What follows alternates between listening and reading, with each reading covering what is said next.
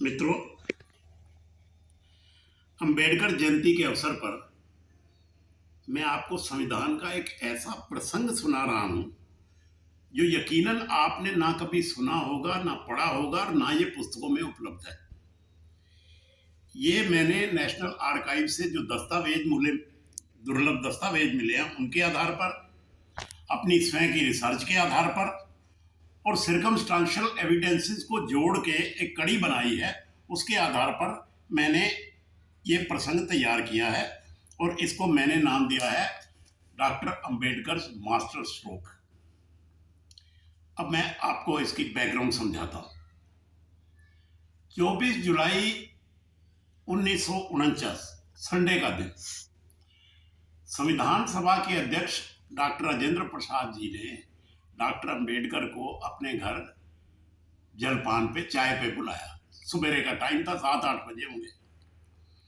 और उनसे उन्होंने कहा कि देखो बाबा साहब, आपने अब संविधान की कॉपी रखनी है, सदन में अडॉप्ट करवाना है।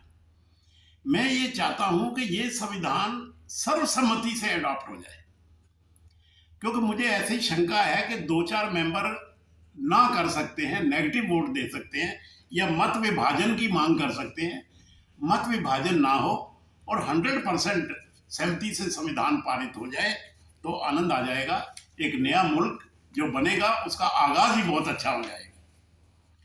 तो अम्बेडकर साहब ने कहा ठीक है, मैं हिसाब बनाता हूँ। तो उन्होंने कहा आप अपनी रणनीति बनाइए, ये कैसे संभव हो सकता है।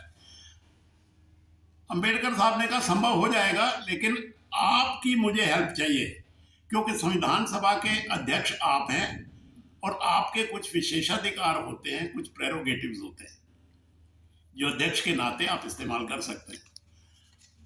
तो राजन बाबू ने कहा ठीक है, मैं आपको पूरा सहयोग दूंगा, पर आप संविधान सर्वसम्मति से पारित करवा दो। तो अम्बेडकर साहब ने 3 आयामी रणनीति बनाई, 3 pronged स्ट्रेटजी, कि भाई ये कैसे संभव हो सकता है 100% पॉजिटिव वोट से। पहली स्ट्रेटजी उन्होंने बनाई कि संविधान सभा में प्रस्तुत करने से पहले इस संविधान को सरकार के जो 2 टॉप के मुखिया हैं और जो उस समय देश के सबसे कद्दावर नेता थे, उनकी अप्रूवल ले लो। और वो नेता कौन थे? एक थे पंडित जवाहरलाल नेहरू जो प्रधानमंत्री थे, और दूसरे थे सरदार पटेल जो गृह मंत्री थे। बाबा साहब ने अपनी ड्राफ्टिंग कमेटी की मीटिंग में इन दोनों नेताओं को सरकार का पक्ष रखने के लिए विशेष आमंत्रित सदस्य के रूप में बुला लिया, निमंत्रण दे दिया। उन्हें संविधान दिखा दिया, सारा प्रोसीजर उनको एक्सप्लेन कर दिया, सारे प्रावधान उनको बता दिए, और इस प्रकार पता लग गया कि नेहरू जी ने और पटेल साहब ने इस ड्राफ्ट कॉन्स्टिट्यूशन को अपनी मंजूरी दे दी है। दूसरी बात यह थी कि उनको ये पता था कि अगर नेहरू जी और अम्बेडकर हाँ कर देंगे तो 90-95% संविधान सभा के सदस्य भी हाँ कर देंगे, क्योंकि उससे पहले जो चुनाव हो चुका था प्रोविंसेस से 1946 में संविधान सभा के लिए, उसमें कांग्रेस को 208 सीटें मिली थी और मुस्लिम लीग को 73। तो समझ आ गया था कि संविधान सभा में कांग्रेस पार्टी या उसके मतावलंबियों को या अंबेडकर साहब और नेहरू जी के अनुयायियों की संख्या भारी भरकम है।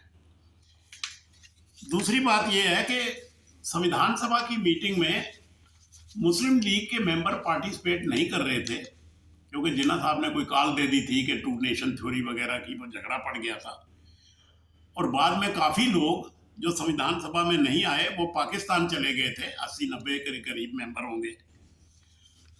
तो बाबा साहब को एक बात क्लियर हो गई कि 90-95% मेंबर तो इसी बात पे एग्री हो जाएंगे कि नेहरू जी ने और पटेल साहब ने इस पर अपनी मोहर लगा दी है। तो ये थी उनकी रणनीति नंबर 1।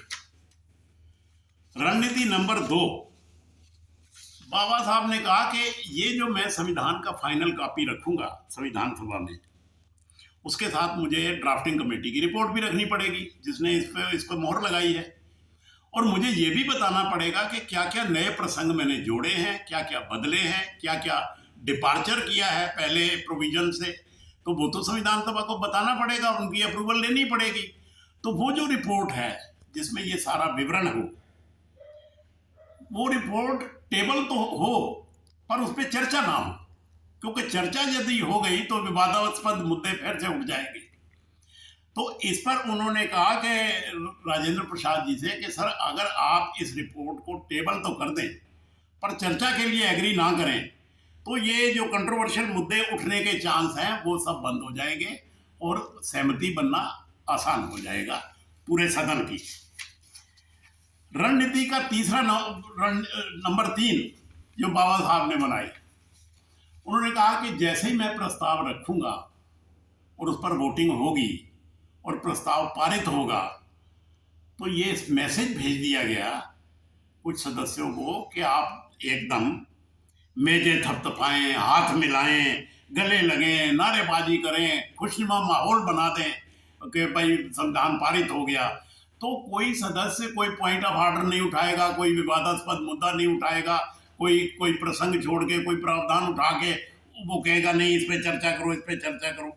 और ये रणनीति बाबा साहब की कामयाब हुई और ऐसा ही हुआ।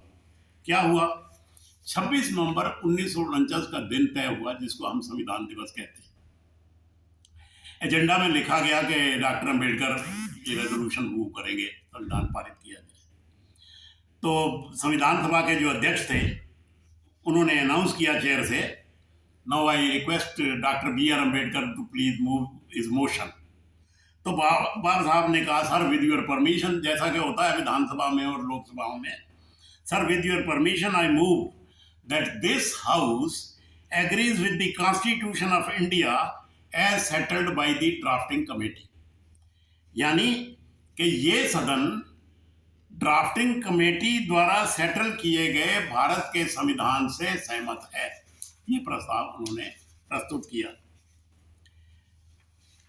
चेयर से हुआ कि those in favour of the motion से आई। लोकसभा में ऐसा ही होता है, संसद में आपने देखा होगा, मैं इसको हिंदी में बताता हूं। चेयर से कहा गया कि ये प्रस्ताव डॉक्टर अंबेडकर का सदन के सामने है, जो इसके पक्ष में है वो हाँ कहें, जो इसके विपक्ष में है वो ना कहें। हाँ पक्ष जीता, प्रस्ताव पारित हुआ। अब ये कहना था, इसका मतलब है संविधान अडॉप्ट हो गया। ये कहते ही सारे सदस्यों ने मेजें थपथपानी शुरू कर दी, कुछ ने दो हाथ से मेजें थपथपानी शुरू कर दी, गले मिलना शुरू कर दिया, हाथ मिलाना शुरू कर दिया, नारेबाजी को, और बड़ा शानदार खुशनुमा माहौल बन गया। और जब खुशनुमा माहौल बन गया तो संविधान खुशनुमा माहौल में पारित हो गया और एक नया इतिहास रचा गया। Thank you.